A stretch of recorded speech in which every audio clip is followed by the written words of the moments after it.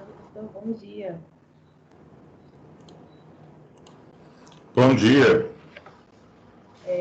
Hoje vai ser o sistema respiratório? Isso. Tá bom, obrigada. Vamos começar agora.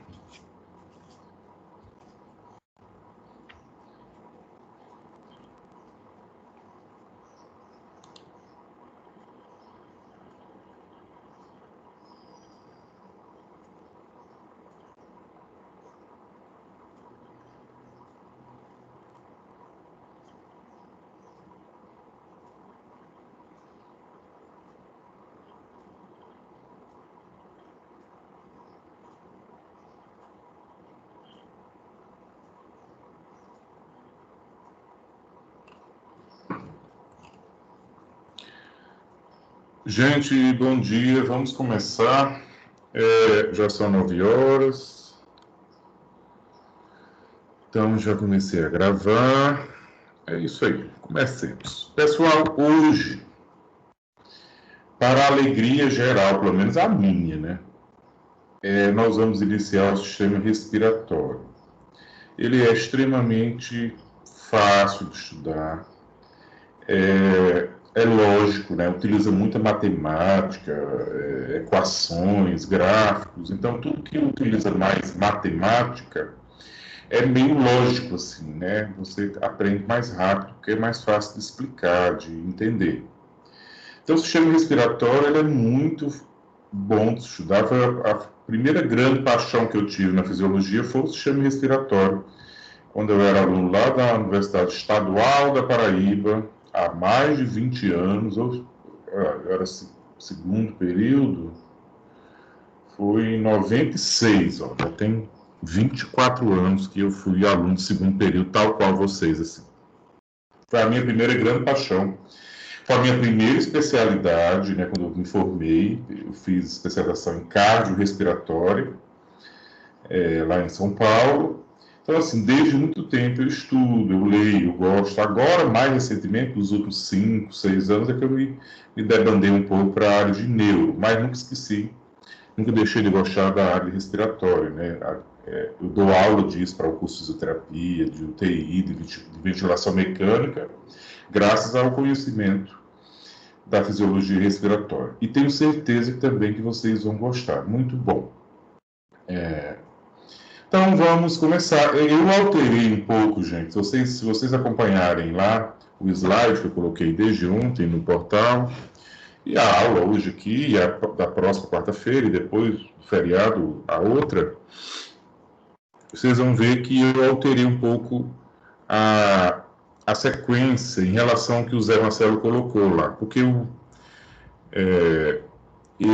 achei melhor trazer exatamente a mecânica para hoje, que hoje é como se fosse troca gasosa, que eu deixei para a segunda, né? Eu inverti a primeira com a segunda, o primeiro com o segundo tema, para ficar mais próximo do que o Guyton fala, já que o Guyton é o livro mais utilizado por vocês. Embora aqui no sistema respiratório, eu nem coloquei no slide, eu acho. Mas eu escrevo aqui para vocês no chat o nome de outro autor que eu gosto muito para o sistema respiratório. Inclusive, o livro é Fisiologia Respiratória, ou seja, é um livro só de fisiologia respiratória, não tem os outros sistemas. E tem na biblioteca, tem livro virtual, vocês conseguiriam ele de PDF facilmente, porque é um livro famoso, de um autor famoso no sistema respiratório, que é o John West. Daqui a pouco eu escrevo ali no chat, vocês me lembrem, até o final da aula eu escrevi o nome dele, é Fisiologia Respiratória Moderna, do West. Esse livro também eu gosto muito dele. Agora, o Guyton é o livro de escolha. Então, essa sequência que eu fiz aqui na aula é mais ou menos a sequência do Guyton, que vocês têm mais acesso, que estudam, utilizam mais. O Marcelo levantou a mão. Fala, Marcelo. Bom dia, professor. Marcelo. Bom dia. Eu tenho esse West de 2013. Tá ótimo. Tá ótimo, né? Não mudou nada. Tudo bem. Não mudou nada. Pode utilizá-lo, que é ótimo. É o meu livro de cabeceira, assim. Aliás, tem uma história engraçada para contar. Quando eu fui fazer a prova, eu me formei assim, em agosto, julho, agosto de 2000. E a prova do INCOR, lá onde eu fiz, era em novembro. Então eu fiquei por ali, meio vagabundando, não trabalhei naqueles primeiros meses, porque eu queria fazer especialização lá em São Paulo. Fiz 4 provas e tal, mas passei naquela que eu queria, que era realmente o da USP, né, o do INCOR, que era o melhor. E aí eu nunca esqueço, eu tinha esse livro, só que era a versão, a 6ª edição ainda, que era mais antiga. E eu estava já em São Paulo, naquela semana de prova, e eu peguei e comecei a folhear aquele livro. Um livro que eu já tinha estudado na graduação, e eu li, ele é fininho, assim, deu quase para ler quase todo ali naqueles 4, 5 dias que eu já estava lá em São Paulo para fazer as provas. Gente, aquela leitura que eu fiz de última hora, assim, a prova tinha 80 questões, né, a prova de residência lá para entrar. Eu garanto a vocês que umas 40, ou a metade da prova, e eu acertei umas 40 questões, porque eu fiz aquela leitura de última hora do West. Tão importante que ele é, as provas de residência, as provas de concurso utilizam muito o conceito dele. Não é diferente, gente, eu querendo falar isso, não é diferente de outro livro de fisiologia, do Guyton ou de qualquer outro autor. Mas como o West é só fisiologia respiratória mesmo, né, ele é fininho, então você se dedica só para aquilo ali, para quem é da área, ele é melhor. Mas vamos começar a compartilhar a aula, se eu for contar a história, a gente não sai daqui. Porque eu tenho a história para contar de vida. Essa semana eu fiz uma livezinha para uma liga de pneu, da medicina mesmo, sobre espirometria. Aí estava contando para eles que eu nunca vou esquecer, porque lá no INCOR, quando eu estava lá, no dia que ia ter a prova de espirometria, que é um assunto bem complicadinho, é um exame que a gente tem que interpretar, foi exatamente dia 11 de setembro de 2001, o dia das Torres Gêmeas, lá, que os aviões bateram na Torre Gêmea, foi o dia dessa prova. E, não sei por azar ou sorte da gente, nós, os 10 especializandos, a chefona, Maria Inês, que era nosso chefe, perdeu esse pacote de prova, imagina. A gente tudo tinha se dado mal, que a prova foi super difícil, e a mulher perdeu o pacote de prova, ou seja, fizemos outra prova depois e a gente deu tempo de estudar mais, nos damos bem. Bom, voltando aqui, sistema respiratório, gente. Sistema respiratório é de extrema importância. Vocês, no primeiro período, vocês tiveram um módulo de metabolismo corporal. Ali, vocês viram que as nossas células precisam de obter energia. Essa obtenção de energia se faz, na maioria das células, pela quebra de carboidratos, primeiramente, mas se não tiver carboidrato, ela consegue quebrar gordura e até proteínas.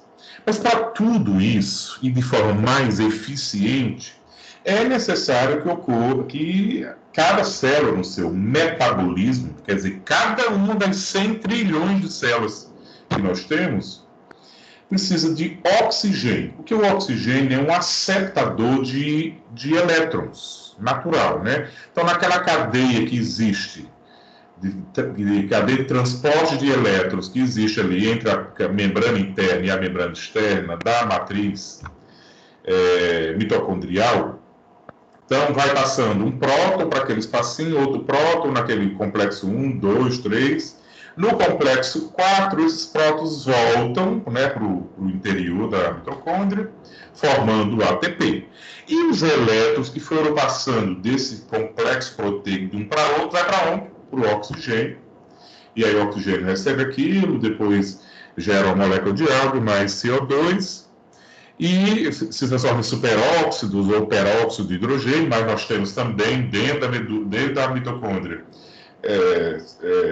enzimas, né, sódio, superóxido, dismutase, ou acatalase, que são antioxidantes, enfim, um sistema todo fechadinho. Então, por que eu estou falando isso? É que, imagina, 100 trilhões de células necessitando de oxigênio. E quem que oferece isso? Quem que disponibiliza essa quantidade de oxigênio para esse monte de células? O sistema respiratório. Então, de longe, a primeiríssima função, a função primordial, a função mais nobre do sistema respiratório é realmente fazer a hematose, né? captar o oxigênio que a gente tem no ar ambiente, aqui do planeta Terra, passar para o sangue e remover do sangue o excesso de gás carbônico que tenha no sangue venoso. Então, essa é primordialmente a principal função. Mas, além disso, o pulmão também tem como funções, vamos pensar assim, secundárias. Promove a perda de calor, porque o pulmão funciona como se fosse um radiador do motor, porque o ar está lá entrando e saindo, portanto, resfriando o corpo de alguma forma.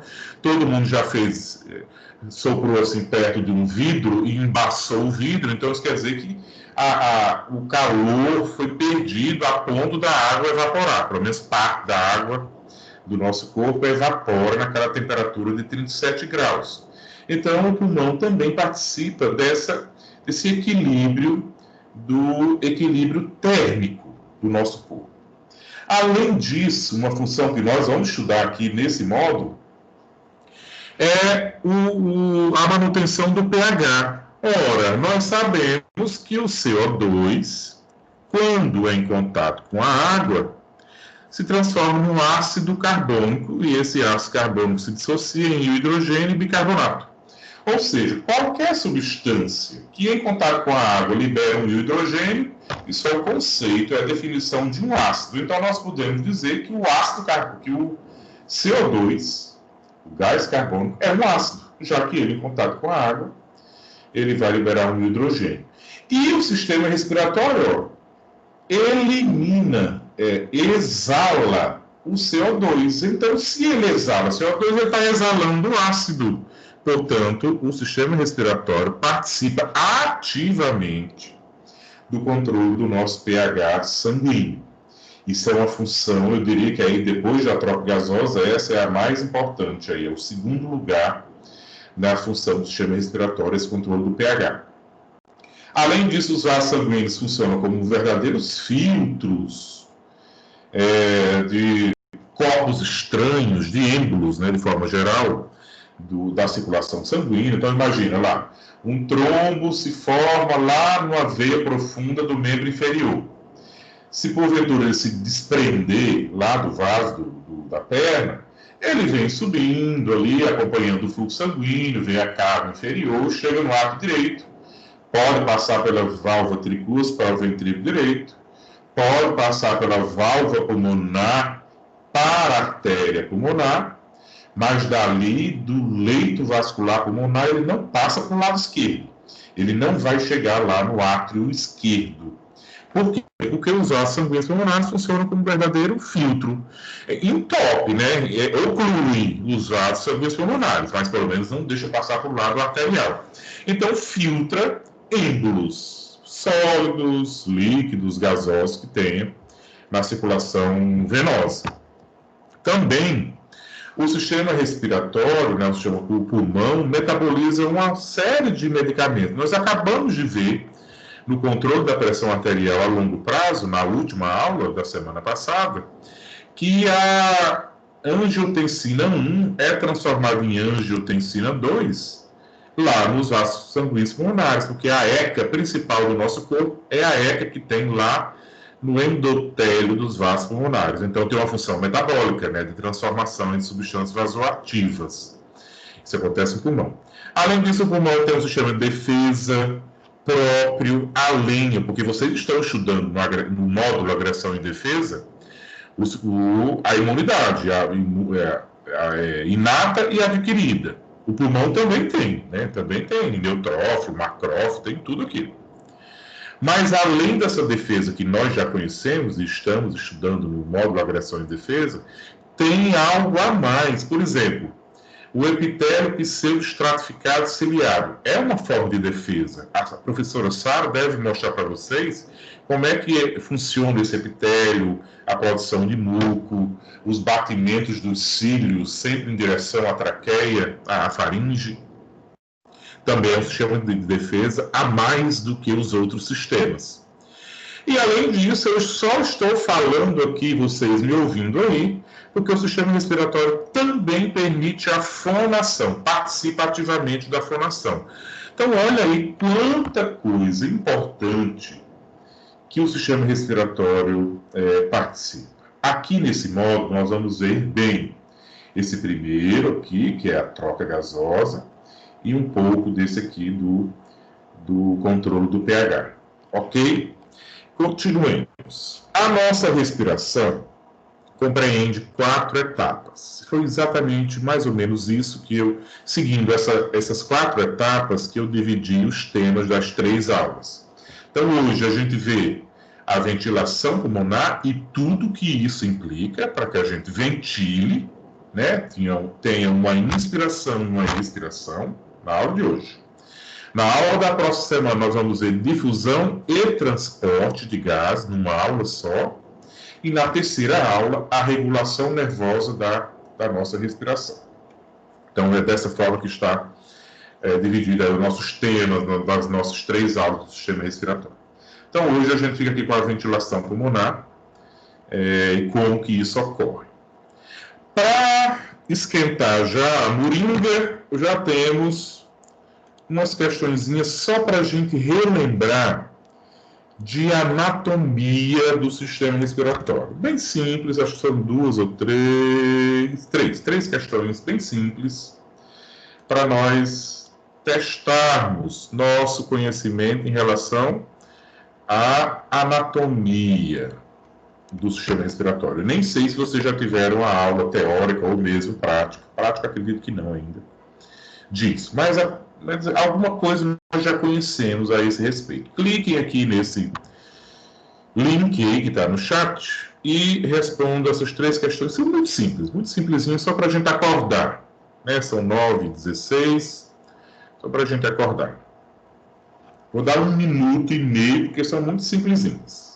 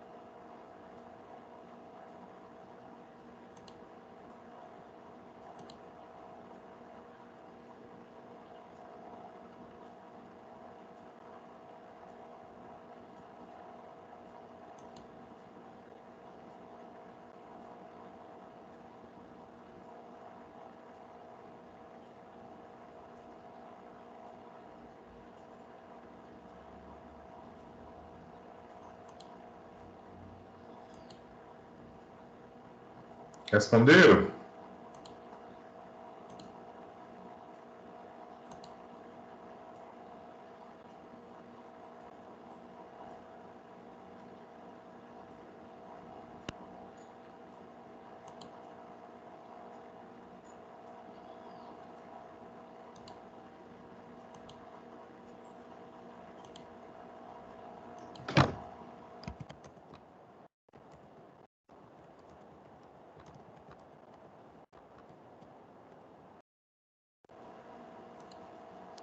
Vou compartilhar.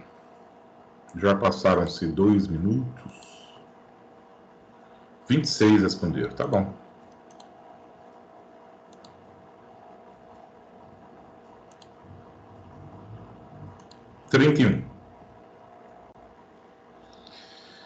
Primeira questão.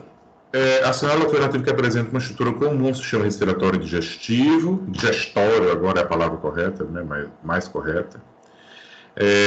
Então, é faringe mesmo, o órgão que é comum aos 2 sistemas, tá? 77% acertaria essa questão. A troca gasosa de oxigênio e gás carbônico os alvéolos faz a maioria votou por diferença de tensão, de pressão desses gases entre o alvéolo capilar. Essa é a resposta correta, com certeza. E na respiração pulmonar, o oxigênio percorre um caminho no organismo até chegar aos pulmões, onde ocorre a gasosa. Identifica o percurso correto que faz o ar passar pelo sistema. A maioria, quase 90%, votou fossas nasais, faringe, laringe, traqueia, bronquíolo e alvéolos. Isso aí, é essa a resposta correta mesmo. Então, como eu falei para vocês, foram questões simplesinhas, embora alguma aqui deu uma confundida em alguns só. Então, continuemos. Deixa eu compartilhar. Daqui a pouco eu já vou para o quadro. Hoje eu vou no quadro várias vezes. Enfim. Então, aí são os componentes da anatomia. Eu vou passar mais rápido por isso, né? As vias aéreas superiores têm essa função de aquecer, de umidificar e purificar o ar, né? Desde os pelinhos do nariz até aquele epitélio pseudoestratificado ciliado, tem essa função de depurar, né? De limpar, de purificar o ar, além de umidificar, porque a água em forma de vapor é adicionada ao gás que a gente inspira. E, além disso, ele é aquecido. O ar já chega lá no alvéolo na temperatura de 37 graus, igual à temperatura corporal. Ele já chega lá completamente aquecido, igual à temperatura corporal no alvéolo.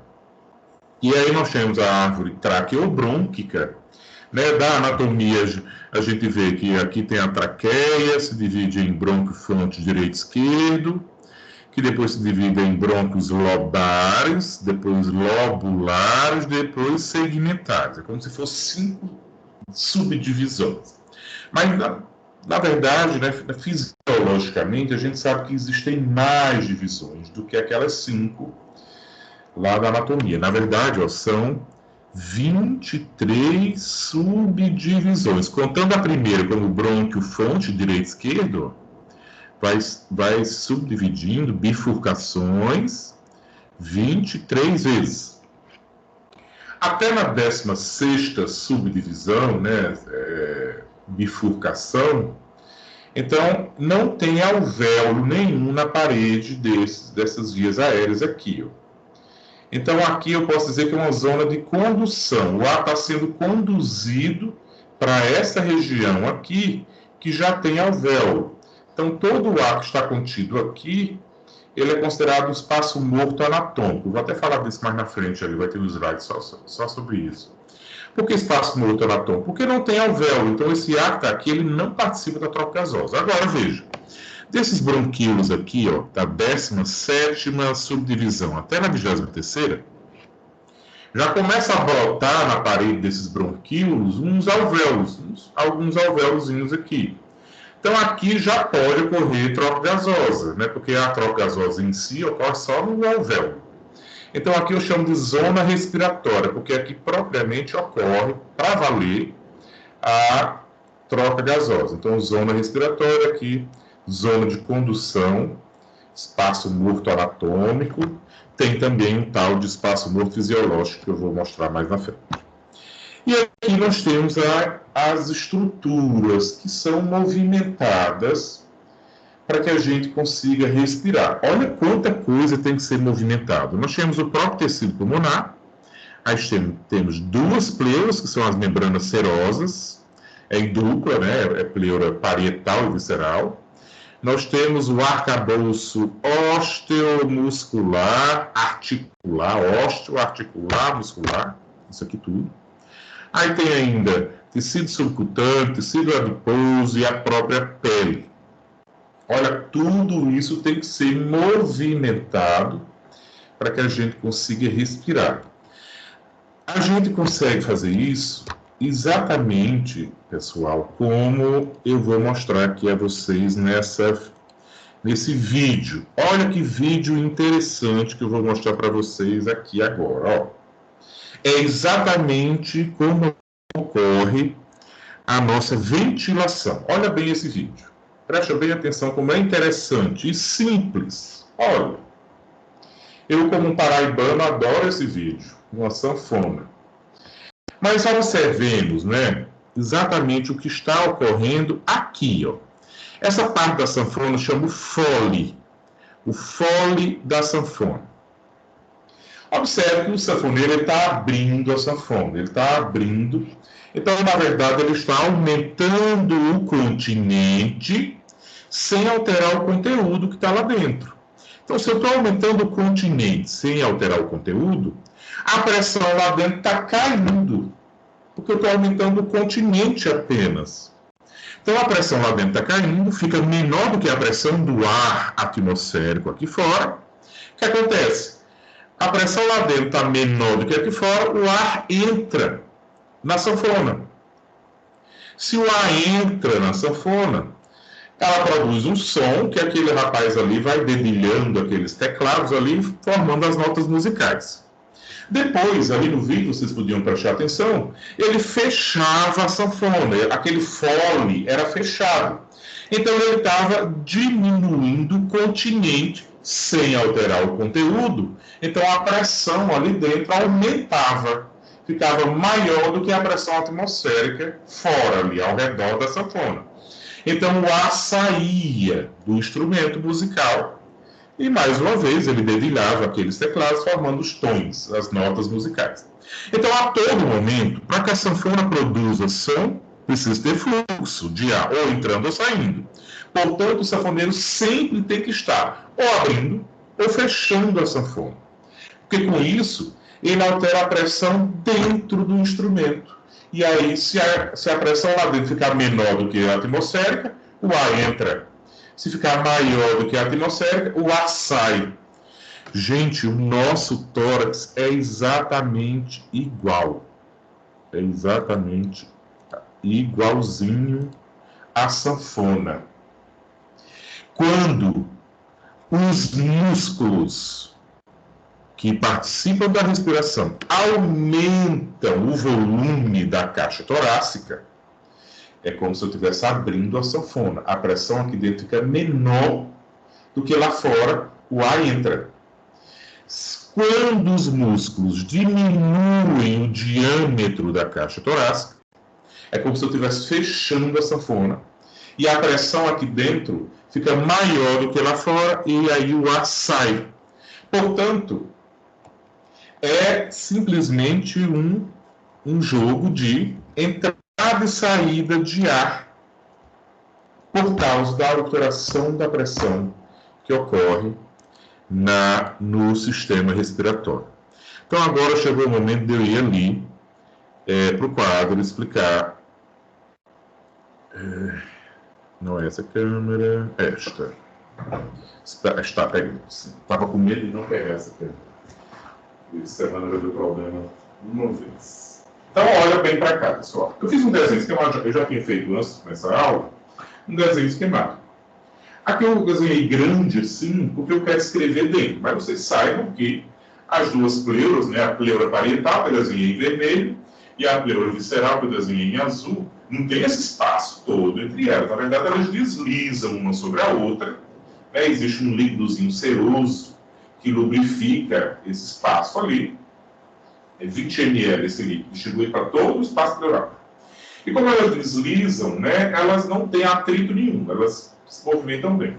Só que a pleura parietal está colada na parede torácica e a pleura visceral está colada na víscera, que é o pulmão. Né? Então elas têm presas, separadas, né? Cada uma colada em uma parte. Mas deslizam. Só que, como a gente viu na aula de microcirculação, a última aula que nós tivemos, esses espaços, né, peritoneal, o pleural, o pericárdico, o subcutâneo, eles possuem sempre uma pressão negativa. Quem provoca essa pressão negativa? O sistema linfático. Então, o sistema linfático, com aquele mecanismo valvular, ele está sempre sugando esse líquido, né, dessas cavidades, ou intersticial, provocando uma pressão negativa. Aqui, no sistema respiratório, nós vamos utilizar uma outra unidade de pressão. Não vai ser milímetro de mercúrio, vai ser centímetro de água. Centímetro de água. Depois eu explico para vocês como é que vocês podem fazer um teste em caso do que é centímetro de água. E aí, gente, esse sistema linfático promove, principalmente o sistema linfático, tem outros componentes menos importantes na manutenção dessa pressão negativa, mas é principalmente o sistema linfático, promove aqui, ó, no espaço pleural, no espaço entre as duas pleuras, uma pressão que é em torno de menos 5 centímetros de água. É como se existisse um verdadeiro vácuo, né, no espaço pleural. E, gente, é esse vácuo, essa pressão negativa, que mantém o pulmão aberto, o pulmão expandido. Por quê? O pulmão, como é um tecido elástico, a professora Sara vai mostrar para vocês, na hora de aula, o tecido pulmonar é formado de colágeno e elastina, o parênquima pulmonar. Entre outras proteínas, essas são as duas principais. E esse colágeno e essa elastina, elas se modificam. Então, quando é esticado, ela estica igual um elástico. E quando eu solto, ele volta, né? Ele é um elástico da calcinha, da cueca, de uma roupa, qualquer coisa. Um elástico, quando eu puxo, ele vai. Mas quando eu solto, ele tem a retração elástica. O pulmão é igualzinho. Então, o nosso pulmão, por ser um tecido elástico, ele sempre tem a tendência de colapsar, né? De se fechar. Mas quem é que mantém ele sempre esticado, o elástico esticado? Essa pressão negativa. É tanto que, se alguém toma uma facada, um tiro, perfura o tórax por algum motivo, ó, se eu abrir isso aqui, a pressão aqui fora, né, a pressão atmosférica, ela é zero. Zero. Está aqui fora. No meio ambiente aqui, a pressão atmosférica é zero. Lá dentro é menos 5. Ou seja, se eu perfuro aqui o tórax, o que acontece? Aqui é negativo, lá fora é zero, 5, menos 5 é menor do que zero. O ar entra por aqui e o pulmão fica pequenininho assim, ó, murcha, faz um pneumotórax, o famoso pneumotórax seria isso aí. Portanto, a cavidade torácica tem que ser hermeticamente fechada, porque essa pressão negativa não pode se perder. Se ela se perder, o pulmão colapsa, faz uma atelectasia, como a gente costuma chamar, aí quem é da área. O pulmão está atelectasiado, né? Está murcho, né? Colapsou. Ok, menos 5. Então, esse menos 5, ele ocorre por fora do pulmão, porque é lá no espaço pleural, lá entre as duas pleuras. Aqui eu desenhei um alvéolo grande, porque eu vou escrever dentro dele, mas a gente sabe que os alvéolos são microscópicos. E eles estão em número de 300 milhões. Nós temos, um adulto humano, 300 milhões de alvéolos dentro dos dois pulmões. É bastante. Embora seja microscópico, o número dele é muito grande. Na aula da próxima semana, a gente vai ver que isso tem uma consequência, né? Que a área para a troca gasosa é enorme. Já que é uma área muito pequena, de um alvéolo. Mas eu multiplico essa área pequena por 300 milhões, dá uma área enorme, quase o tamanho da minha casa inteira, a área, né, de troca gasosa. Portanto, eu desenhei só um, mas estou representando esse um aqui, os 300 milhões, eu quero escrever dentro dele. Pressão atmosférica, zero. Em um dado momento, se eu tiver com a boca aberta, sem respirar, só com a boca aberta, glote aberta, nem inspirando, nem expirando, paradinho aqui, assim. A pressão em todo o sistema fica igual à pressão atmosférica, porque se não tem nada separando o ar aqui fora do ar lá dentro, já que a glota está aberta, a boca está aberta, parado, sem inspirar nem expirar, isso quer dizer que é zero aqui e é zero dentro do alvéolo. Se eu tiver sem respirar, né? Paradinho aqui com a boca aberta e a glote aberta.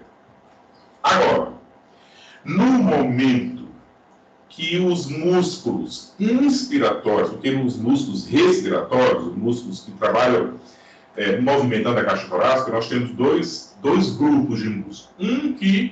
Um grupo que aumenta a caixa torácica, então qualquer músculo que contribua para esse aumento do volume, do diâmetro da caixa torácica, eu digo que ele é um músculo inspiratório.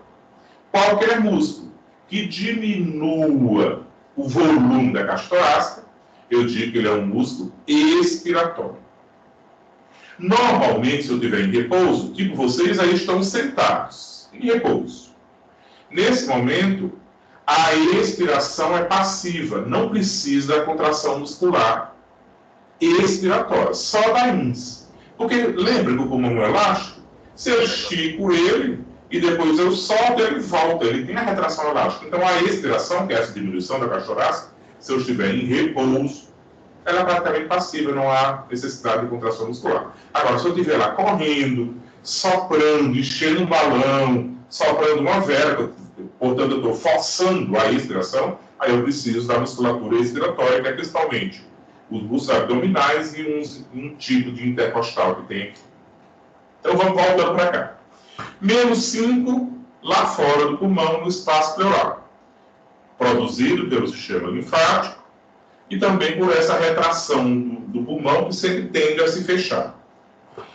Pressão dentro do alvéolo é 0. Se a pressão lá fora é 0 e aqui é 0, se não existe uma diferença de pressão, não existe fluxo. O ar nem está entrando nem está saindo. Agora, quando os músculos respiratórios, os inspiratórios, que é principalmente o diafragma, ele se contrai, ele rebaixa. Não? O diafragma é assim, igual o guarda-chuva. Assim. Quando ele se contrai, faz assim, ó, ele rebaixa. Assim.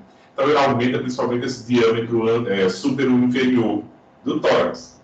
E os outros, que abrem as costelas, também contrai-se junto com o diafragma, também aumentam esse diâmetro lateral da caixa torácica. Quando eles fazem isso, portanto, é como se o sanfoneiro estivesse abrindo a sanfona. O que vai acontecer? Eu estou aumentando o continente. Se eu estou aumentando o continente, a pressão dentro, né, do fole, né, do nosso tórax, aumenta a negatividade, ela fica menor do que lá fora. Então a pressão aqui dentro, ela sobe para menos 7, dentro do espaço pleural. E aqui no alvéolo, ela cai para menos 1. Menos 1 centímetro de água. Aí agora vocês observam, ó, eu tenho dentro do pulmão, menos 1 e lá fora 0. Então agora eu tenho um ΔP, eu tenho uma diferença de pressão. E o ar sempre vai de onde está maior para onde está menor.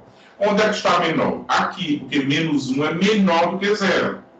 Então acontece o fluxo inspiratório quando a pressão alveolar baixa para menos 1 centímetro de água. Isso é uma pessoa adulta respirando em repouso.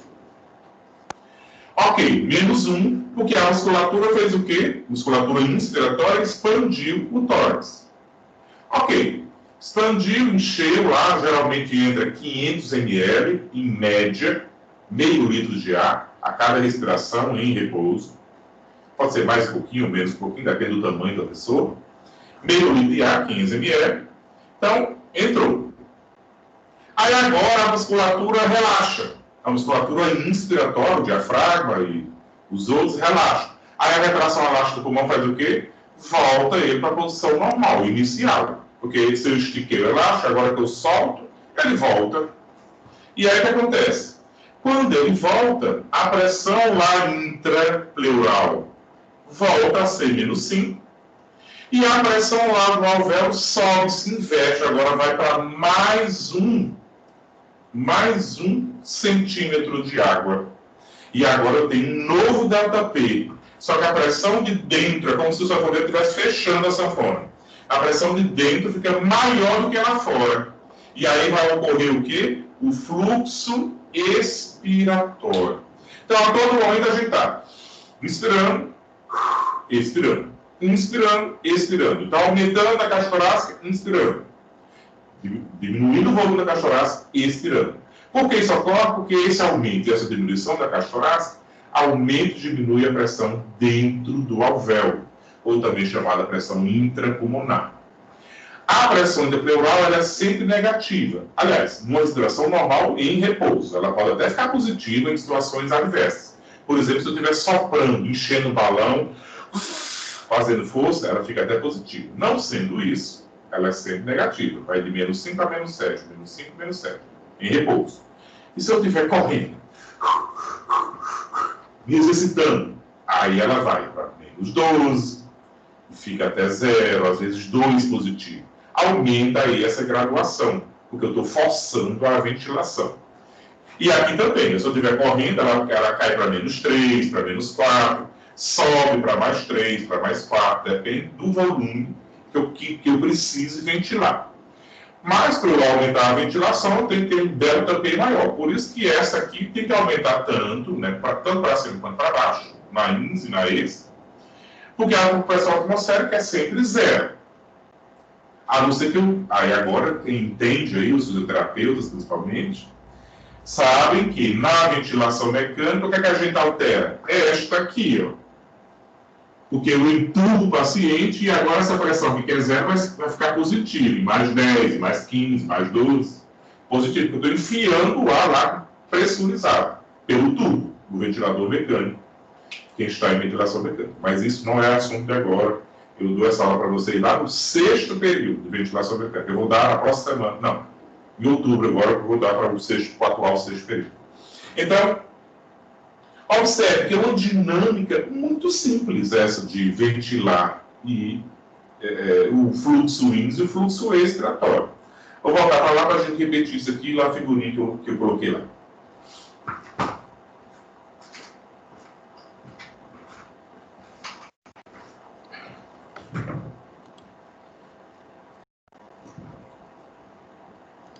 Então aqui, já tem umas questõezinhas aqui, mas eu vou colocar agora, depois eu coloco. Tem os músculos. Músculos respiratórios. Só que a gente subdivide ele em dois grupos. Os que são inspiratórios. Diafragma principal, a gente tem intercostais externos. Esternocleidomastoide, serrátil anterior, escaleno, são acessórios. E o expiratório. Lembra que se eu estiver em repouso, não precisa dessa musculatura se contrair, porque a própria retração elástica faz a expiração. E se eu estiver forçando a expiração, tipo me exercitando, soprando uma vela, enchendo o balão, aí eu preciso torcindo, espirrando, aí eu preciso da contração desses músculos. Quem são? Os músculos da parede abdominal e os intercostais internos. Por que intercostal externo e interno são diferentes? Porque é da disposição das fibras, ó. Os intercostais internos, quando ele se contrai, é como se a costela de cima... Deixa eu ver se tem outra figura.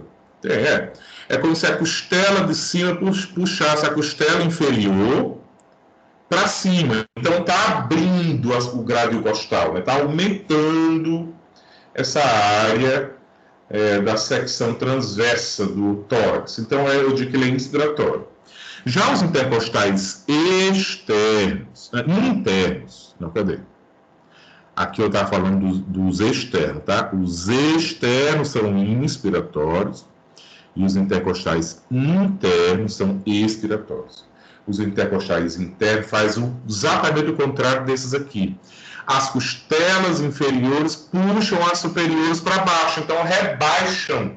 Ele rebaixa, inclina para baixo as costelas. Portanto, ele diminui o diâmetro da caixa torácica. Por isso que ele é considerado expiratório. Aqui exatamente nesse quadrinho, depois vocês olham no slide, né, o que eu enviei lá para vocês, está explicadinho direitinho aquilo que eu desenhei ali no quadro, né, passo a passo em cada balãozinho desse. Aqui também, ó, pressão alveolar menor do que pressão atmosférica, eu tenho a inspiração. Depois a pressão alveolar maior do que a pressão atmosférica, eu tenho a expiração. E aqui esse gráfico interessante, eu gosto sempre de gráfico, porque fica fácil a gente visualizar. Aqui nesse aqui eu tenho pressão intrapulmonar, que é a pressão igual àquela alveolar que eu estava falando ali no quadro. Pressão intrapleural e volume de ar. Então observa bem. No início da inspiração, o que é que nós temos? A pressão, aqui está em milímetro de mercúrio, né? Mas eu sempre prefiro usar centímetro de água, para a gente não confundir com uma outra pressão que tem também no pulmão, que é a pressão do oxigênio. É a pressão que nós vamos ver na segunda aula da semana que vem. Aquela pressão do oxigênio, do gás carbônico, é em milímetro de mercúrio. E essa pressão que é de dentro aqui do espaço pleural, ou dentro do alvéolo, eu prefiro usar em centímetro de água para não confundir exatamente com a pressão do oxigênio, que é outra coisa. Então, ó, tá aqui menos 2, você equivale a menos 2 milímetros de mercúrio, equivale mais ou menos a menos 5 centímetros de água, no início da índice. Como a musculatura inspiratória se contrai, expande a caixa torácica, essa negatividade sai de menos 5, vai até menos 7 centímetros de água, enquanto que a pressão intrapulmonar, ou também chamada pressão alveolar, cai de 0 para menos 1. E aí o volume de ar entra, olha como ele aumentou dentro do pulmão. Depois, na expiração, isso tudo se inverte. A pressão intrapleural sobe, volta para o seu menos 5, e a pressão intrapulmonar inverte, era de menos 1, vai para mais 1. E aí o volume de ar sai, porque ele é expirado. Ele diminui o volume de ar no pulmão, porque ele foi expirado, já que a pressão dentro do tórax está maior do que aqui fora, na pressão atmosférica. Aqui essa outra figura importante também, que é para a gente perceber isso aqui, ó. Aqui é a curva de volume. Aqui essa primeira curva em azul é a pressão alveolar. E essa pressão aqui embaixo é a pressão intrapleural. Então, ó, pressão alveolar varia de menos 1 até mais 1. Para o ar entrar e sair. Quantos ml? 500 ml, ó, meio litro. 500 ml entra na inspiração, 500 ml sai na expiração. E a pleural? Está em centímetro de água. Essa figura aqui do Guyton está em centímetro de água. Melhor para a gente entender. Sai de menos 5, vai para menos 7, depois volta para menos 5. Então fica menos 5, menos 7. Menos 5, menos 7. E aqui fica menos 1, mais 1. Menos 1, mais 1. Dentro do alvéolo. Uma menos a outra, quer dizer, a diferença entre uma e outra, eu chamo de pressão transpulmonar, que seria essa área em azul aqui. O que é que essa área está me falando? Está me falando do grau de força que a musculatura tem que fazer para poder expandir o pulmão. Traduzindo em outras palavras, se essa área em azul diminuir, se ela ficar menorzinha, essa setinha que ficar menor, essas duas setinhas, isso quer dizer que eu tenho que fazer menos força de contração, os músculos respiratórios. Ao contrário, se essa área aqui aumentar muito, essa setinha aumentar, tipo essa curva aqui vir aqui para baixo, e essa área em azul aumentar, pressão transpulmonar aumentar, isso quer dizer que a musculatura tem que fazer mais força para expandir o pulmão. Então, e nessa da musculatura fazer menos força ou mais força, de aumentar ou diminuir a pressão que eu preciso para expandir o pulmão, eu estou falando de complacência pulmonar. E o que é complacência pulmonar? É essa condição, é essa capacidade que o pulmão tem de se expandir. Se expandir.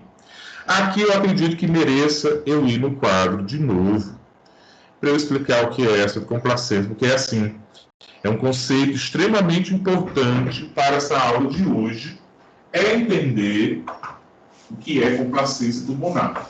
Porque várias situações, várias doenças pulmonares alteram justamente essa complacência pulmonar.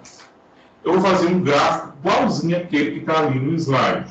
Um gráfico de pressão e volume pulmonar. Volume. Aqui pressão intrapleural. Pressão pleural. Então aqui menos 1, menos 2, menos 3, menos 4, menos 5. Ah não, vamos começar já de menos 5, né? Que é a menor pressão intrapleural. Menos 5, menos 6, menos 7, menos 8, menos 9. E aqui volume, 1 litro, 2 litros, está em litros. 3 litros, 4 litros, 5 litros. Então vamos lá. A pressão em 5 centímetros de água. Então eu estou partindo sempre daqui. Em 5 centímetros de água, eu tenho aqui já 1 litro. Já tem lá no pulmão 1 litro de água. porque a gente nunca consegue esvaziar o pulmão completamente, hein, gente? A gente sempre, como é que eu me esforço? Eu vou colocar todo lá para fora. Só, e me forço a respiração. Mas ainda assim fica um pouquinho de ar lá dentro, em torno de 1 litro, 1,2 litros. A gente nunca esvazia o pulmão completamente. Depois eu vou explicar o porquê. Então eu fui aumentando a negatividade da pressão intrapleural e o volume foi subindo, né? Eu estava inspirando, eu inspirei. Aqui é a inspiração. Subiu até 5 litros. Ok. Depois eu fui diminuindo essa pressão. Aí o ar foi escapando, foi saindo. Então ele voltou. Aqui a curva expiratória. A primeira pergunta que vocês fazem é: ué, professor, quando eu estava inspirando, eu tinha um volume menor do que quando eu estava expirando para a mesma pressão? Que história é essa? Olha bem aqui, ó. Para a pressão de -7, por exemplo, ó. Quando eu estava inspirando, eu tinha 2 litros. Quando eu estava expirando, eu tinha 3 litros. Não havia valor de pressão negativa lá, intrapleural? Por que deu diferença? Daqui a pouco vocês vão entender. Essa característica chama histerese. Histerese pulmonar. Essa característica de ter, para a mesma pressão, volume pulmonar diferente se eu estiver inspirando ou expirando. Daqui a pouco vocês vão entender isso. Eu quero que vocês entendam essa curva como um todo aqui. Isso é a curva da complacência. Esse aqui é o pulmão normal com a complacência normal.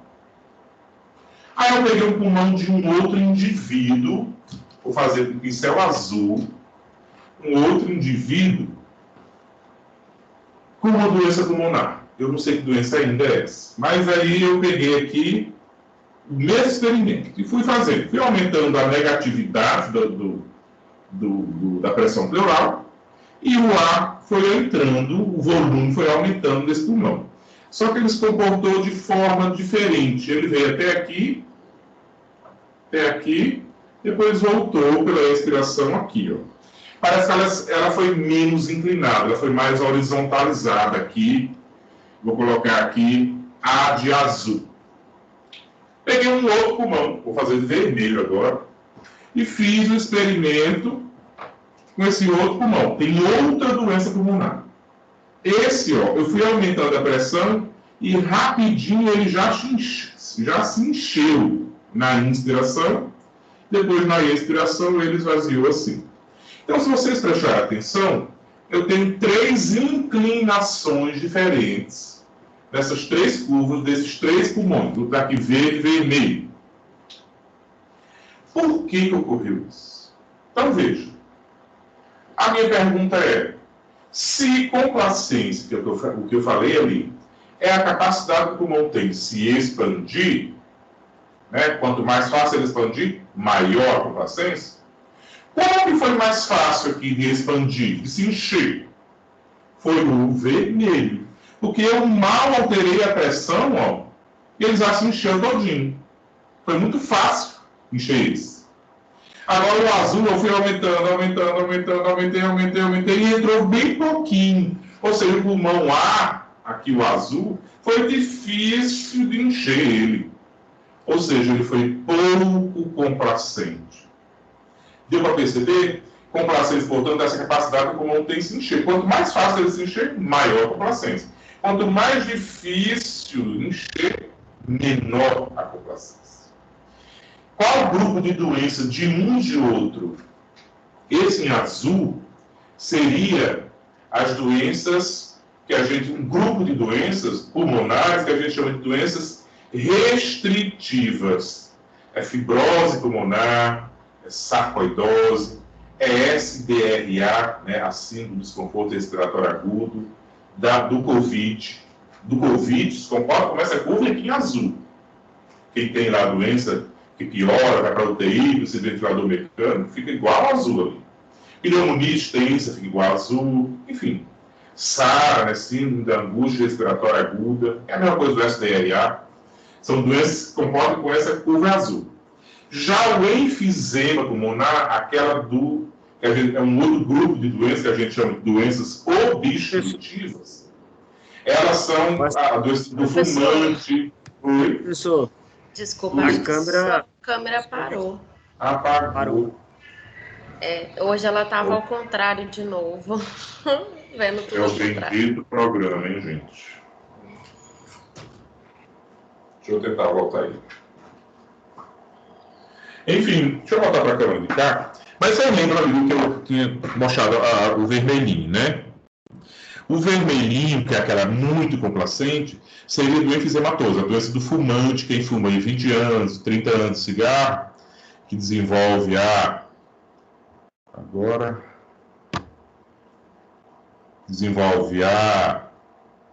e o enfisema pulmonar ou bronquite crônica vai se comportar com a complacência muito alta. Os dois extremos são ruins. Por quê? Porque nós vamos ter alteração da complacência. Tanto ela muito baixa, como é o caso daquela curva em azul, quanto ela muito alta, no caso do enfisema pulmonar, é ruim porque você vai ter alteração da ventilação. O normal é que ela fique sempre bem. Acho que agora até voltou. Mas deixa aqui por enquanto. Professor. Eu tenho a figurinha igualzinho ali, aquela que eu desenhei, aqui. Então, faltou só falar uma coisa, foi até invenção minha isso. Ó. Não era aqui. Mas é aqui, ó. Essa aqui, tá vendo? Olha aqui o pulmãozinho da fibrose, ó. Complacência mais baixa. E a curva do enfisematoso com complacência muito alta. Então, veja, eu alterei um pouquinho a pressão, o volume já entrou todo. E aqui, nessa aqui, da fibrose, eu alterei muito a pressão e entrou o volume ainda menor do que aquele. Ou seja, isso aqui estava pouco complacente, isso aqui estava muito complacente. Né? E aí, uma invenção minha que eu... Dá para explicar nessa aqui mesmo. Deixa eu pegar a caneta. Aqui, ó. Se vocês perceberem, ó, isso aqui, eita, que for feio. Isso aqui, que figura geométrica é essa? Um triângulo retângulo, não é? Deixa eu fazer com outra cor aqui. Azul, ó. Olha esse outro triângulo retângulo aqui, ó. Ou seja, a complacência é esse ângulozinho aqui, que eu vou fazer em verde, ó. É esse ângulo aqui. Ou esse ângulo aqui. É a inclinação dessa curva. Se é triângulo retângulo, dá pra gente usar o quê? Seno, cosseno e tangente, não dá? Qual é a complacência, então?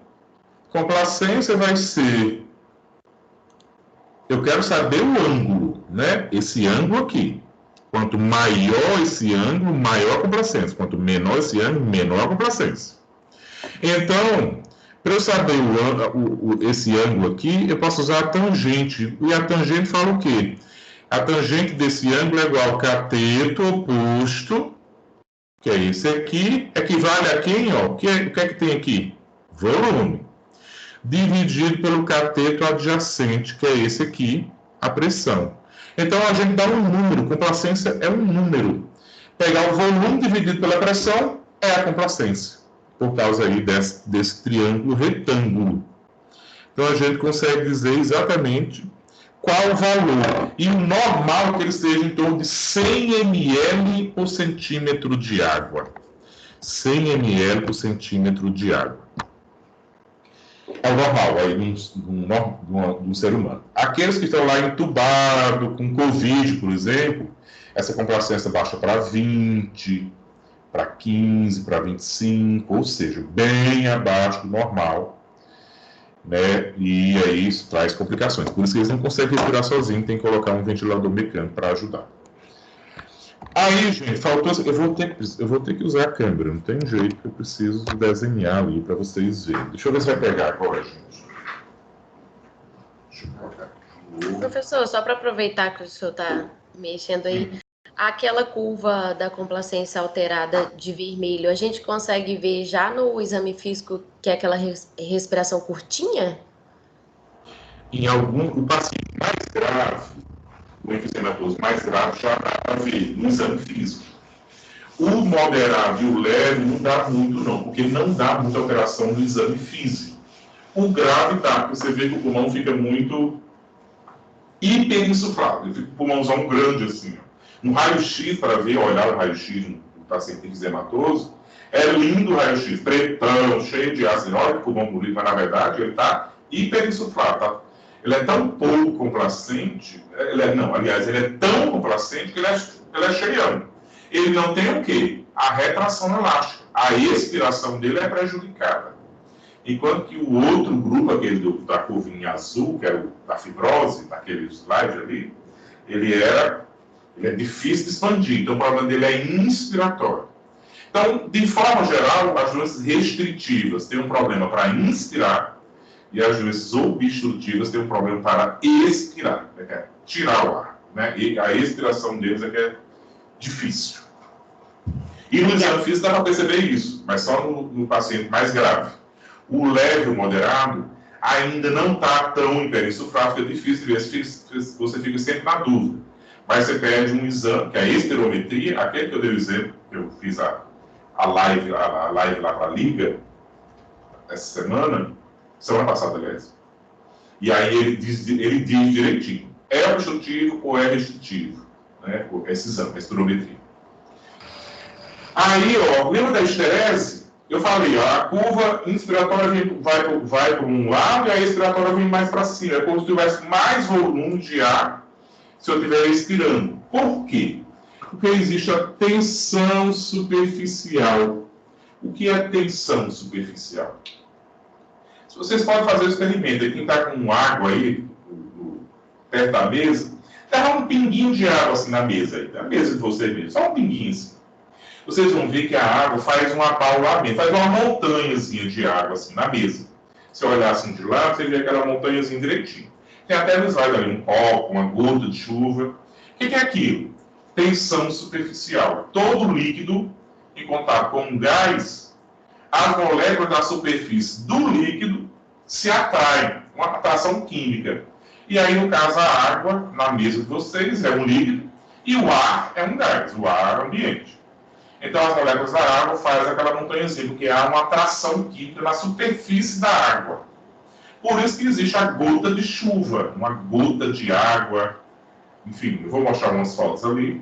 Tem uma atração química na superfície do líquido, no caso a água. O nome disso é tensão superficial. E aí, os nossos alvéolos, eles possuem, né, eu estou desenhando um alvéolo aqui. Os nossos alvéolos possuem exatamente um revestimento aqui úmido. Tem uma lâminazinha fininha de água revestindo internamente os alvéolos.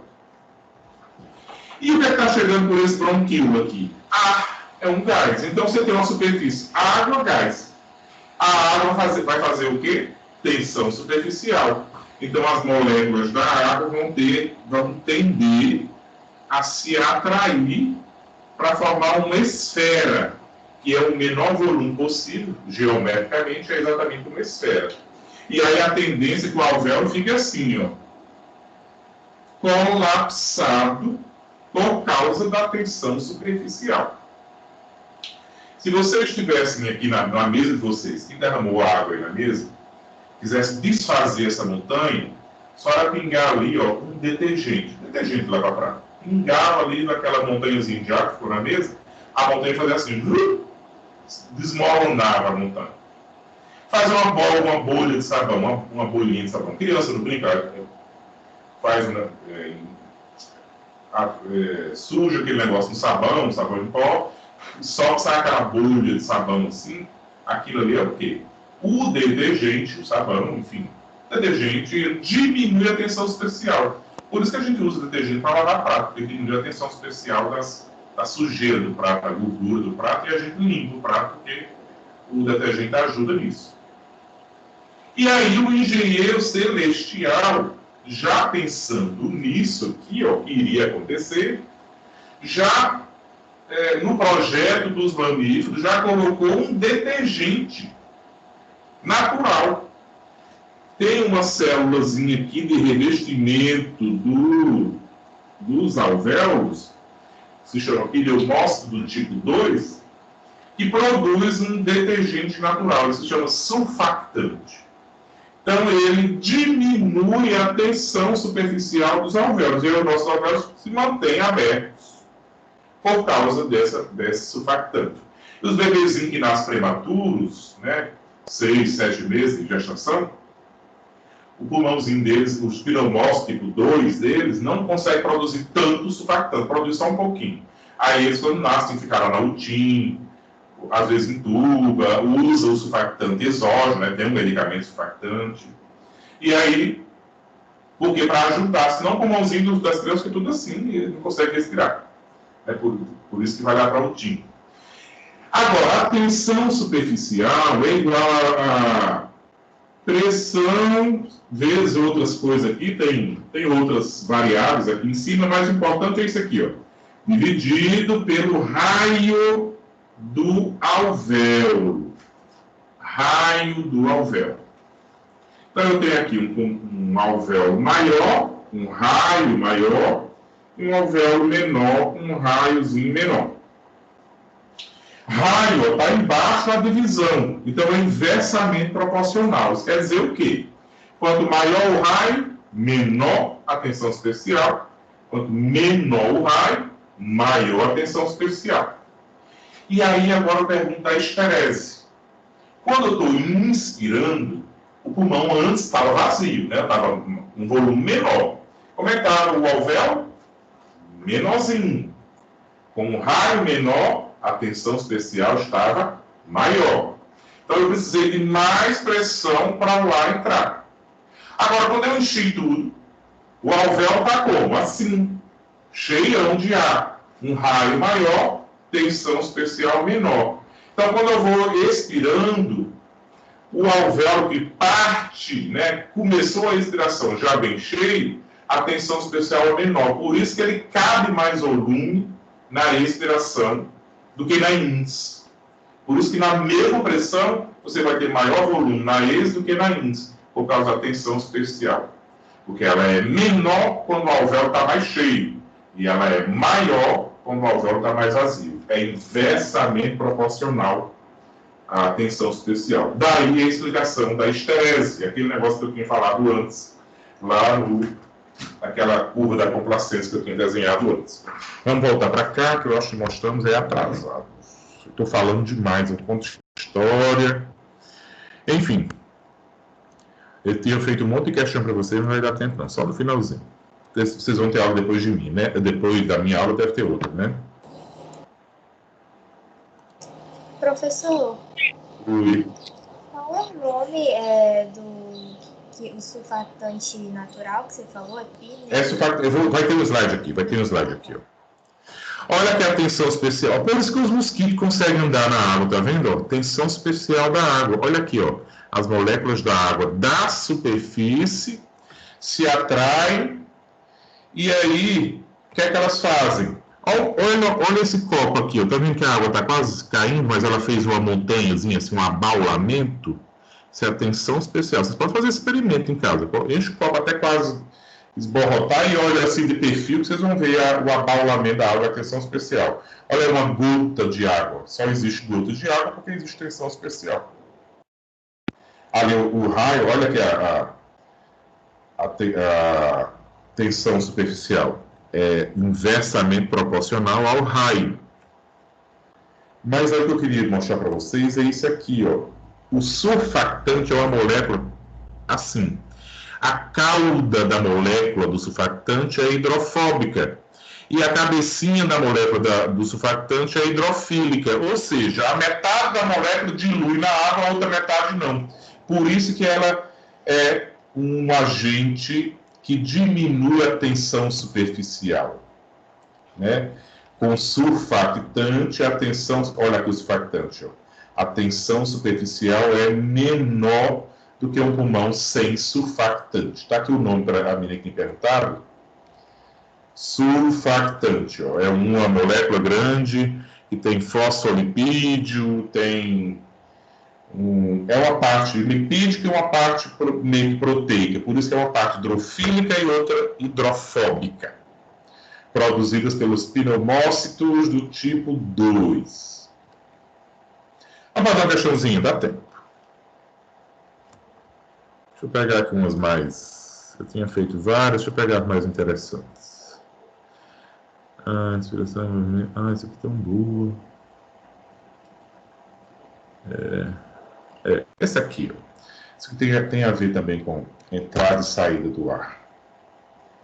Professor, o senhor podia falar só rapidinho sobre essa tensão superficial? O senhor falou que na expiração eu expiro mais volume de ar do que na inspiração? Não. Por isso eu tenho uma tensão superficial maior? E quando eu vou inspirar, o meu alvéolo está menorzinho, porque o pulmão está mais vazio.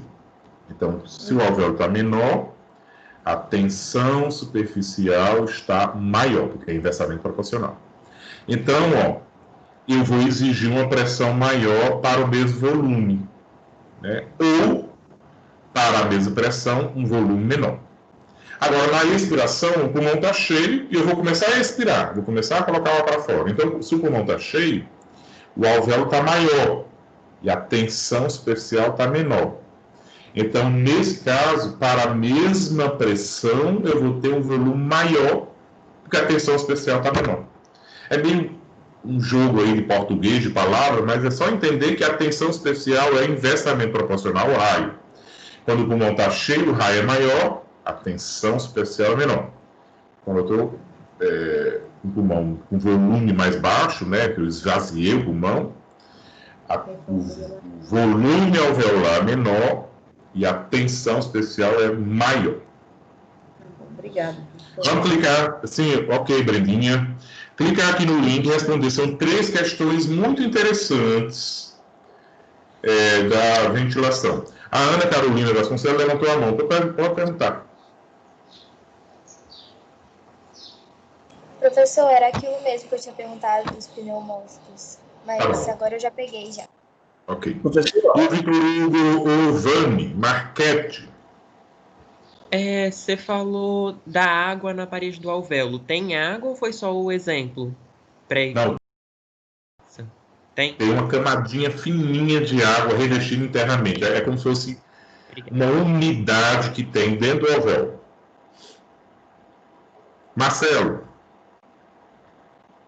Professor, em relação a essa tensão superficial do alvéolo, também tem uma doença comum, né, que a gente observa aí nos hospitais, aí, esses pacientes que desenvolvem atelectasias, né, justamente por a atelectasia, ela pela causa desse aumento dessa tensão superficial do alvéolo, né? Então, esse aumento da tensão superficial vai fazer com que esse alvéolo ele tende a colabar, a fechar, né? Isso. Aí colapsar, exatamente. Colabar. Exatamente, principalmente quando tem infecções, né? Pneumonias, infiltrado inflamatório, o próprio o que o Covid causa, que é a síndrome respiratória aguda grave. Então, quando tem líquido, tem infiltrado inflamatório, tem edema, dilui o surfactante. Se dilui o surfactante, você diminui o efeito do surfactante. Você está diluindo ele em mais líquido. E aí você aumenta o efeito da tensão superficial. E isso faz o pulmão colapsar. Enfim, é um problemão. Na ventilação mecânica, como a gente aumenta um pouco a pressão, né, principalmente esses pacientes de SARA ou do próprio COVID, usa sempre um PIP. Você é fisioterapeuta, Marcelo? Eu sou. Então deve entender um pouco melhor disso. Então, a gente aumenta o PIP, né, aquele PEP, que é a pressão respiratória do respirador, sempre utiliza uma pressão um pouco mais alta nesses pacientes. Então, como a gente pressuriza, a gente tenta abrir o alvéolo meio que na força, né? Meio que na marra, com a pressão positiva. pouco mais alta. O CPAP, né? A mesma pressão do CPAP, por exemplo. Então, a gente meio que abre o alvéolo dessa forma, mas é preciso ter cuidado, porque às vezes os alvéolos ou as regiões pulmonares que estão muito cheios de líquido não abrem bem, e aqueles alvéolos que estão melhores abrem demais, e acaba fazendo o quê? Um barotrauma, que é um outro problema ainda, que pode piorar o paciente. Enfim, a gente sempre anda assim, pisando em ovos quando vai ventilar esses pacientes no ventilador mecânico, porque é muito complicado. Na verdade, é isso mesmo que você falou, mas na verdade a gente também trabalha com a margem de segurança também, né, para esses alvéolos, né, de acordo com o volume corrente. Diminui o volume corrente, faz o volume corrente menor para poder aumentar a pressão. Exatamente, é uma estratégia protetora. Vamos ver se vocês já responderam. Vou compartilhar logo a tela, que são umas questões interessantes essas. Interessantes até de cair em prova. 25 respondentes. Sabemos que a respiração só é possível em virtude da movimentação conjunta de costelas, músculos, intercostais e diafragma, que determina o movimento de inspiração e expiração. A respeito desses dois processos, marca a alternativa correta. A maioria marcou a terceira alternativa, que seria no processo de expiração. Não. Na inspiração. Eu estou pegando. No processo de expiração, ocorre a saída de ar dos pulmões em razão de uma diminuição do volume da caixa torácica e aumento da pressão interna. Com certeza, essa é a correta. Alguns, 25%, votaram nessa outra aqui. No processo de expiração, ocorre a contração dos intercostais e do diafragma, ocasionando uma pressão interna menor do que a externa. O erro está aí na palavra menor, que na alternativa está maior. Então, realmente, a terceira alternativa seria correta, 75%, portanto, acertou. Sabemos que o hábito de respirar é composto pelos movimentos de inspiração e de expiração, que coordenam a entrada e saída do ar nas vias aéreas. Uma alternativa que indica corretamente o que acontece com os músculos intercostais externos e com o diafragma no momento da inspiração. A maioria, 60% quase, voltou no último aqui. Músculos intercostais do diafragma contraem. Sim, essa é a correta, porque não é inspiração, os intercostais externos são inspiratórios. Então, essa é a correta mesmo, né? 60% de vocês acertariam essa questão. Durante a respiração, quando o diafragma se contrai e desce, o volume da caixa torácica aumenta. Por conseguinte, a pressão intrapulmonar diminui e facilita a entrada de ar. Também mais um acerto aqui da maioria. 62% marcou a alternativa correta. Muito bom, hein? Muito bom esses resultados. Continuemos com a aula, que agora eu vou falar de volumes e capacidades pulmonares. Aqui é bem simples também. Olha bem, tem a definição de todos eles, mas eu prefiro ir aqui no gráfico. Vamos fazer o seguinte, eu fiz um experimento com um espirômetro ou com um pletismógrafo, que são os aparelhos que medem isso. Então, eu peguei um de vocês como voluntário. E aí eu estou aqui, coloquei a pessoa sentada, respirando no tubo, sim, para esse aparelho medir os volumes e capacidades pulmonares. Então, imagine vocês aí sentadinhos, em repouso. Qual o volume de ar que vocês estão respirando? É esse aqui, uma respiração tranquila, em repouso. O ar entra, o ar sai, o ar entra, o ar sai. Esse aqui eu chamo esse volume que entra ou que sai numa ventilação tranquila em repouso de volume corrente. Então, o volume corrente é essa ventilação aqui, normal, em repouso. Aí, em um dado momento, eu pedi para esse indivíduo inspirar, né? Encher o pulmão até o máximo que ele conseguir. Aí ele foi, encheu até esse máximo aqui, entrou, encheu até quase 6 litros, aqui é ml, né? 6 litros de ar. Esse volume de ar que ele encheu a mais do que o volume corrente, eu vou chamar de volume de reserva inspiratório. Está lá de reserva, eu vou usar se houver uma necessidade. Ok. A mesma coisa aqui, para o expiratório. Eu pedi para ele expirar, soprar até o máximo que ele conseguir, com toda a força. Ele expirou, foi até aqui. Lembra que ele nunca consegue esvaziar o pulmão todo. Sempre tem esse volume de ar aqui, que eu chamo de volume residual, 1 litro, 1,2 litros de ar que nunca sai do pulmão completamente. Todo mamífero tem isso. Então aqui ele expirou a mais, forçadamente. Eu vou chamar esse, do mesmo jeito que teve o volume de reserva índice, tem o volume de reserva expiratório. Agora veja aqui, ó, eu pedi para ele encher até o máximo. Depois dele encher até o máximo, pedi para ele soprar até o máximo. Então esse volume todo que ele conseguiu movimentar, eu vou chamar de capacidade vital. O volume total de pulmão que tem no pulmão todo, incluindo aquele que nunca sai, tudo.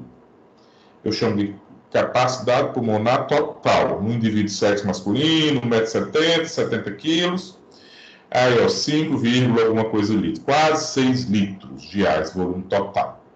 Enquanto que esse outro aqui é 4,5 litros, 4, alguma coisa, para a capacidade vital. Está fora da capacidade vital só o volume residual.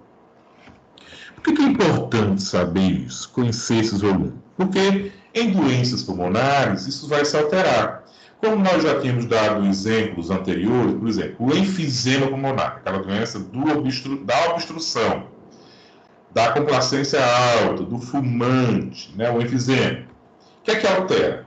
Altera esse total? Não, esse total fica normal, até pode aumentar um pouquinho esse total. Mas o que é que altera desses outros? Esse aqui, ó, o volume residual, essa área amarela, cresce, vem para cá assim, grandona. Então, se isso aqui cresce, todos esses outros diminuem, porque esse aqui cresceu. Então, na verdade, essa capacidade vital dele diminui. Essa capacidade expiratória, esse volume de reserva expiratória diminui muito, ou seja, diminui toda a capacidade ventilatória dele, porque esse volume que nunca sai do pulmão aumenta. Já aquele outro grupo de doenças restritivas, doenças que fibrose pulmonar, enfim, sarcoidose, silicose, isso tudo diminui, ó, todo o volume, a capacidade pulmonar total diminui para cá, assim, o pulmão fica menor. Não se enche tanto porque o pulmão é fibrosado, não consegue se encher. Complacência baixa. Então, tudo diminui proporcionalmente. O volume todo diminui, mas esses outros todos aqui diminuem proporcionalmente. O volume fica menor, dá mais trabalho para esse paciente inspirar. Tem alguns nomes que a gente fala para frequência respiratória, para ventilação, para apneia, para dispneia. Isso aqui eu vou deixar para Cíntia falar para vocês, já deve ter falado, inclusive, no Habilidades. Isso aqui é interessante, ó. Lembra lá que eu falei, ó? As vias aéreas que não possuem alvéolos, até aqui assim, até na 16ª subdivisão, é chamado espaço morto anatômico. Agora, e ó, a partir da 17ª subdivisão já começa a brotar uns alvéolos aqui na parede desses bronquíolos, né, ali assim. Então aqui já pode ter troca gasosa. Mas como eu falei para vocês, nem todo alvéolo participa da troca gasosa em determinado momento. Por exemplo, se eu estou aqui sentado em repouso, as duas metades superiores dos meus dois pulmões praticamente não estão participando da troca gasosa. Não há necessidade. Se eu estou em repouso, o pulmão é tão eficiente que ele sempre tem uma reserva. Então, só está participando da troca gasosa em mim e em vocês aí que estão sentados em repouso, praticamente as duas metades inferiores do pulmão. As duas metades superiores estão com a troca gasosa bem reduzida. Mas existe alvéolo, então lá, prontinho. Se houver uma necessidade, se eu começar a correr, me exercitar, enfim, se eu tiver uma doença pulmonar, essa região ali superior pode entrar, pode participar da troca gasosa, se houver necessidade. Está lá de reserva. Então, nesse caso, regiões que tenham alvéolo, mas que não esteja participando da troca gasosa, eu chamo de espaço morto fisiológico. Tem alvéolo, mas não está participando da troca gasosa. Já o espaço morto anatômico não participa da troca gasosa simplesmente porque não tem alvéolo. É daqui para cima, até lá na narina. Então, ó, aqui esse alvéolo tá sendo perfundido por sangue, está passando para a troca gasosa. Já esse alvéolo aqui, ó, tá cheio de ar, mas não tem perfusão sanguínea. Então, esse alvéolo aqui não está participando da troca, então é espaço morto fisiológico. Aqui é espaço morto anatômico, porque não tem alvéolo. Mesma coisa aqui, ó. Esses dois alvéolos aqui embaixo tem fluxo sanguíneo, então está participando da troca. E aquele alvéolo lá de cima praticamente não tem fluxo sanguíneo. Então, é espaço morto, dead space, é o espaço morto fisiológico.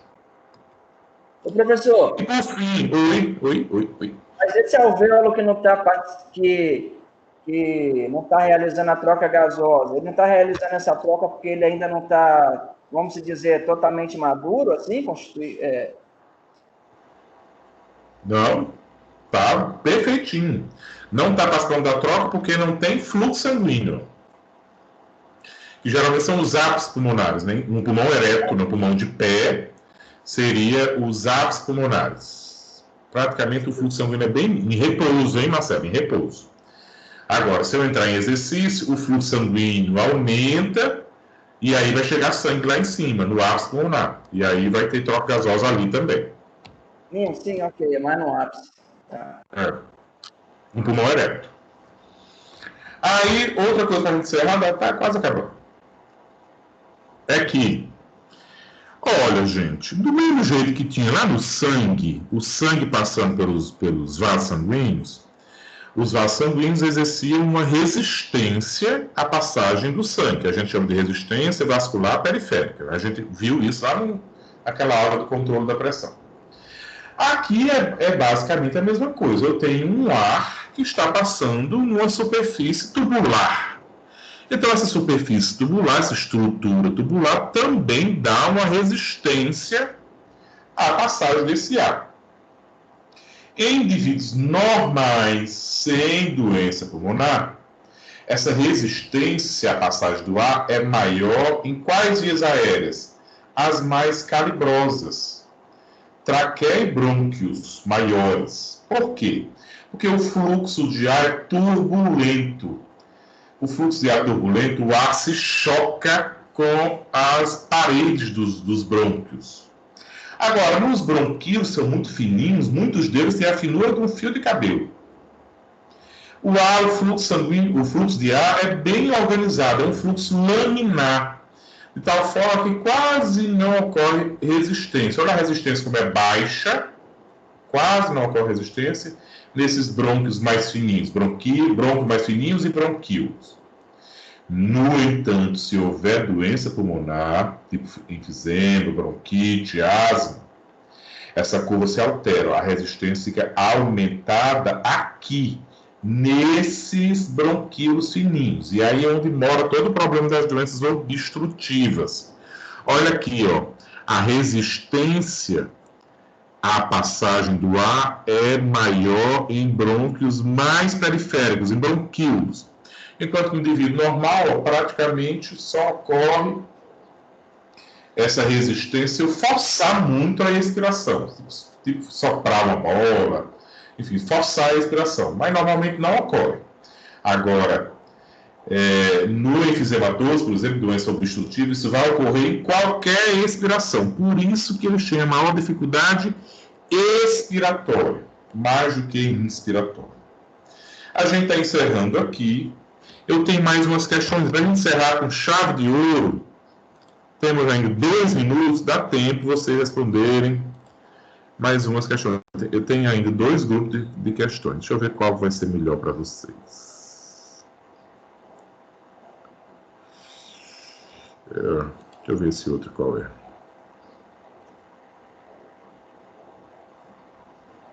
Esse aqui. A última questão desses aqui, pode até usar calculadora se vocês quiserem. Calculadora aí de celular.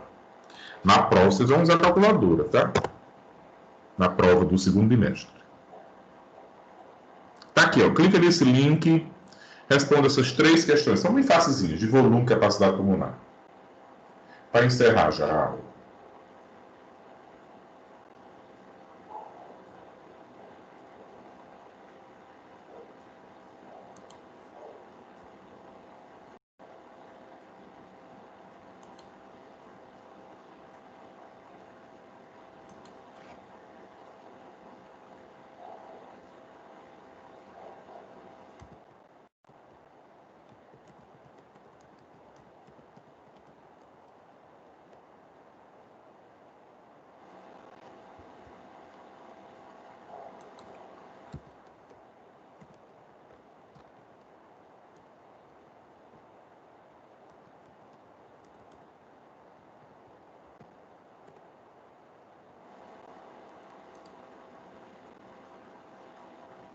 Responderam? Não ainda. Deixa eu calcular logo isso aqui. Oi. Só uma dúvida. Você disse que a resistência ela é maior na traqueia e aonde mais? E brônquios. Brônquios de maior calibre. Ah, tá. Em níveis normais. Se tiver doença obstrutiva, aí essa maior resistência se desloca para os brônquios fininhos e bronquíolos.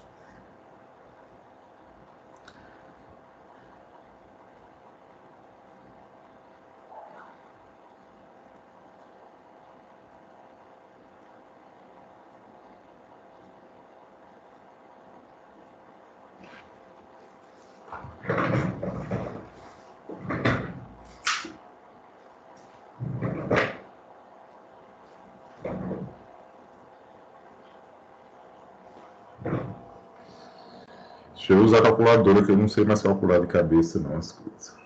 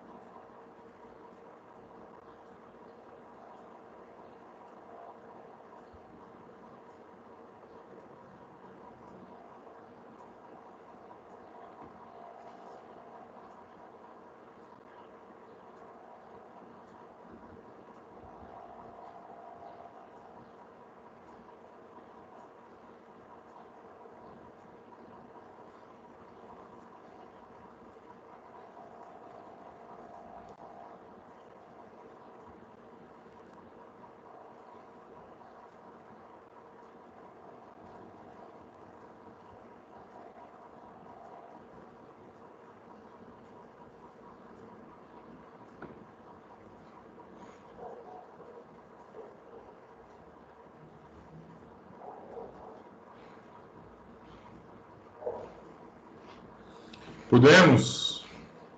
Vou compartilhar, que a aula já está acabando, a outra professora já deve estar esperando vocês.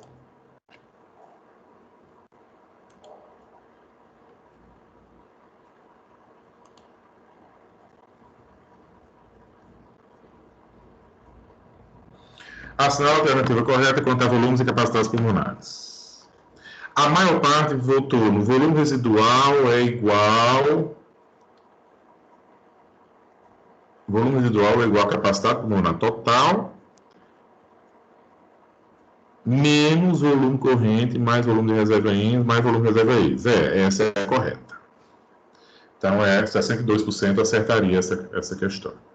Qual o volume total expirado na expiração máxima após a mais vigorosa das expirações? Capacidade vital. Exatamente isso aqui, 60% acertaria.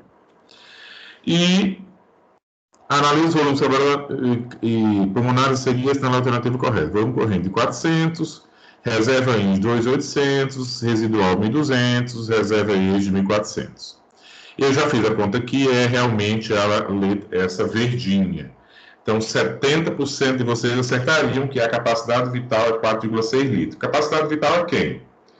Os dois reservas e mais o volume corrente. Então, 2.800 com 400 dá 3.200, com 1.200, 4.600. 4,6 litros aí. Muito bem. Acertaram bem, pegaram bem aí o jeito da coisa ali nos volumes capacidades pulmonares. Vocês tenham um bom dia, bom final de quarta-feira e até a próxima aula, que eu não sei quando vai ser, acho que na outra semana. E quem é do meu tutorial, até amanhã de manhã. Vocês, se tiverem dúvidas, me procurem depois. Mas saiam daqui dessa sala e entrem lá na sala do outro professor, senão vão ficar falando. Tchau, professor. Tchau, professor. Ok, gente. Um abraço.